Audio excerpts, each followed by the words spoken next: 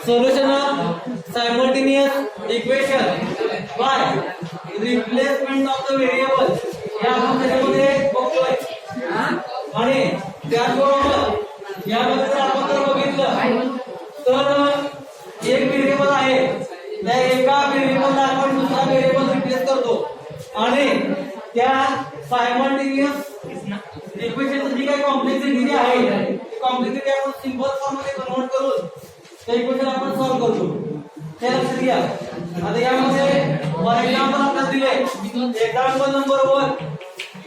आता एक्झाम्पल जे आहे काय करतो बघा पेज नंबर 17. तर यामध्ये हे जे इक्वेशन जे आहे 4x 5y is equal to काय असतं बघा 7 याचबरोबर 3x plus 4y is equal to 5 हे आपण त्यामध्ये बघतोय. लक्षात घ्या. त्याचबरोबर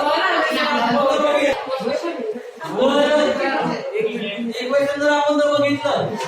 दोन्ही इक्वेशन आपल्याला माहिती आहे. आपण जर डायरेक्ट सॉल्व्ह करायला गेलं तर तुम्हाला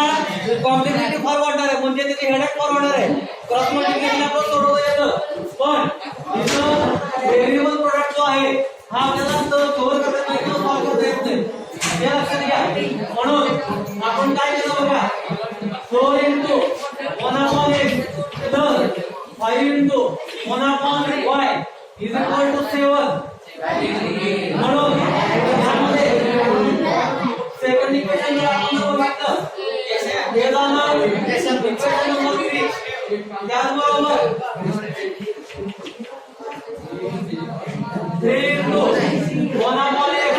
plus 4 into 1/y equal to 5. Equation number 4. आता यामध्ये put 1/x equal to f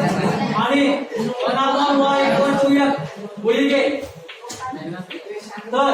यामध्ये असणारे जे काही इक्वेशन जे आहे हे इक्वेशन आपण त्याच्यामध्ये बघतोय म्हणून होईल गे काय असेल बघा 4f plus 5f is equal to 7 and काय असणार बघा 3m plus 4f is equal to 5. आता हे इक्वेशन आपण काय करायचं बघा 4m plus 5f is equal to 7 आणि 3f plus 4f is equal to 5. तर या फॉर्म मध्ये आपल्याला हे इक्वेशन मिळालं. आता आपण काय करतो बघा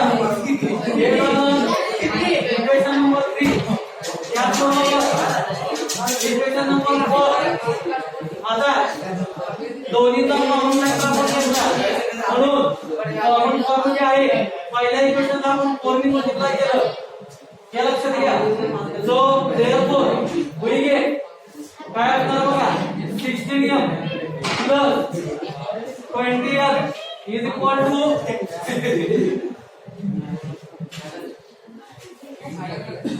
त्याचबरोबर equal to 28. त्याचबरोबर यामध्ये सेकंड इक्वेशन आपण काय केलं आहे 5 ने मल्टिप्लाय केलं म्हणून 5 3 15m प्लस काय असणार बघा 20m is equal to 25. तर म्हणजे आहे मायनस करून केलो म्हणून इक्वेशन 5 म्हणलं इक्वेशन 6 म्हणलं. आता आपण काय करतो बघा हे मायनस कर्म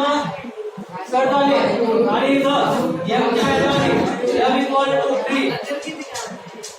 m ची व्हॅल्यू जी आहे काय झाली तर m इक्वल टू 3. सिमिलरली काय करतो बघा put m equal to 3 in equation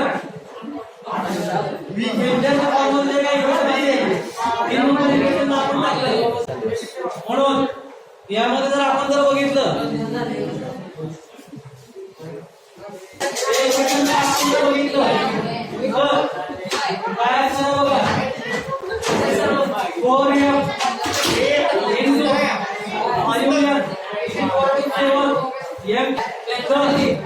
5 या इक्वल टू n व्हॅल्यू काय आहे काय आपलं -5 आलं so therefore we get काय असणार आहे बघा n इक्वल टू -1 किंवा -5 upon 5 is equal to -1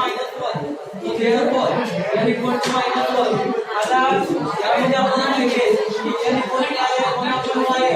आणि m equal to 1 upon x आहे so therefore we get काय आहे बघा so therefore 1 upon x equal to काय आहे म्हणून यामध्ये तो therefore x equal to 1/3 he value आली सिमिलरली n च्या -1 आहे 1 upon y ठीक आहे therefore y equal to काय बघा -1 सोल्युशन ऑफ द इक्वेशन याला आपण बघितलं तर काय असेल x y equal to काय बघा 1/3 आणि मायनस यामध्ये आपण काय करतो बघा मग काय म्हणलं एक सिलेबस ड्रॉप नाहीये सोडून देतो तुम्हाला करावं सगळं लक्षात घ्या 1.4 जे आहे हे पूर्ण तुम्हाला करायचं म्हणजे आपलं फक्त तुम्हाला ते एक्सप्लेन केलंय आणि आपले प्रश्न असणार आहे हां सोयमध्ये म्हणून मला ड्रॉप नाही सोयमध्ये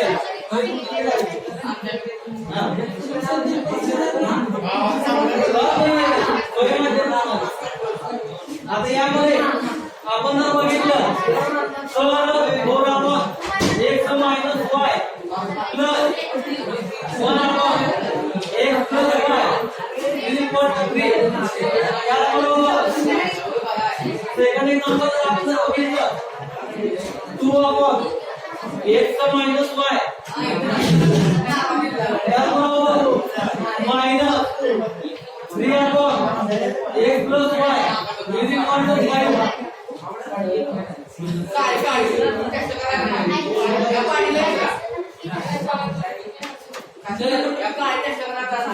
आता यामध्ये जर आपण जर बघितलं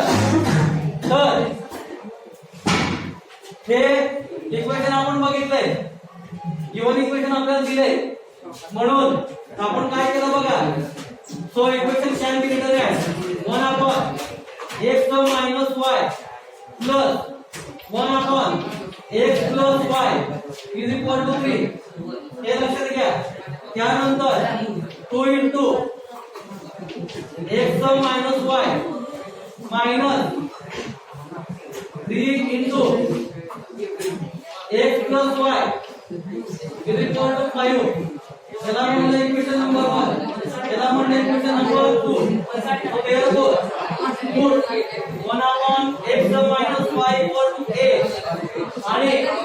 1 upon x plus y is equal to b in above equation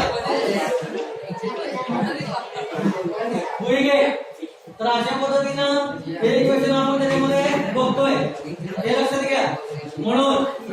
वरचं इक्वेशन आपण काय केलं बघा so therefore 4a plus काय असणार आहे b is equal to 3 equation number 3 म्हणलं आणि त्याचबरोबर 2a minus 3b is equal to 5 म्हणलं इक्वेशन नंबर 4 आता दोन्ही टर्म मध्ये आहेत या a plus b equal to 3 त्याचबरोबर 2a minus 3b is equal to 5 याला म्हणलं होतं इक्वेशन नंबर 3 याला म्हणलं होतं इक्वेशन नंबर 4 या इक्वेशन आपण काय करायचं 3 ने मल्टिप्लाय करा सो मल्टिप्लाय इक्वेशन 3 बाय 3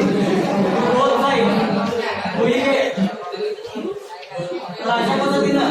हे जे आपलं इक्वेशन जे आहे ते आपण त्यामध्ये बघतोय तर यामध्ये आपण जर बघितलं तर हे जे असणारं इक्वेशन जे आहे हे आपण काय करतोय 3 ने मल्टिप्लाय केलं म्हणून 12a plus 3b is equal to 9 याबरोबर 2a minus 3b equal to 5 adding the equation होईल तर यामध्ये दोन कॅन्सल झाले 14a बरोबर 14 सो देयरफॉर होईल the value of a is equal to 1 हे लक्षात घ्या त्याचबरोबर a ची व्हॅल्यू काय आहे जे आपल्याला काय दिले 1 आले so therefore put a equal to 1 in equation number 3 होईल सो देयरफॉर काय असणार बघा 4a plus b equal to 3 so therefore होईल 4 into a plus आता 4 into काय आलं 1 आलं तर b equal to 3 हा b equal to 3 minus 4 is equal to minus 1 so therefore a equal to 1 b equal to minus 1 now काय असणार बघा put a equal to 1 minus 1 upon x minus y is equal to काय असणार 1 so therefore काय असणार बघा a equal to x minus y काय त्याची व्हॅल्यू आपल्याला 1 आली हे लक्षात घ्या सिमिलरली b ची व्हॅल्यू आपण बघतोय x plus y is equal to minus 1 therefore x minus y equal to 1 हे लक्षात घ्या म्हणजे x plus y आणि x minus y ची व्हॅल्यू आली आता यामध्ये टर्म बघा त्याचं काय होतंय x minus y हे मायनस टर्म आहे म्हणून आपण काय केलं बघा तर x plus y equal to minus 1 आणि x minus y equal to 1 हे दोन इक्वेशन आपल्याला आले तो सहज इक्वेशन आहे म्हणून x plus y equal to minus 1 x minus y equal to 1 हे दोन टर्म कॅन्सल आले दोन x बरोबर काय आपल्याला बघा इथं minus 5 is equal to 2 x ची व्हॅल्यू काय आली तर 0 आली हे लक्षात घ्या x ची व्हॅल्यू काय आली 0 आली now put x equal to 0 in या इक्वेशन मध्ये टाकली x plus y equal to minus 1 0 plus y equal to minus 1 or y equal to minus 1 so therefore solution of equation x और y equal to 0 and minus 1